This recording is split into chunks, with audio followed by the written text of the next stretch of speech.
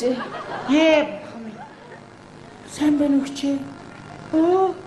Миний хамгийн хөөрхөн дүү Ариуна минь сайн байна уу? Хөөх, миний ихч чинь ямар гоё хөгжим шиг ярьдаг болцсон юм бэ? Их чинь Гэгэрсээ. Урд нь тийм бүрэнхий байсан юм уу?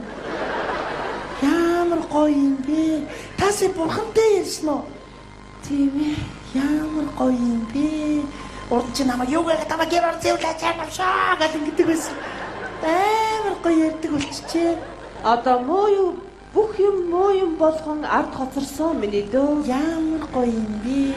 Ариуна, эгчтэй аз жаргалын тухай үлгэр зохиогоод бичээд өгөө. За, яаж бичих вэ? Ингээд шүлгийн хэлбэрээр бичих үү? Ингээд өгүүлбэр зүүн аргаар бичих юм уу? Тийм асуугаа бичих юм уу?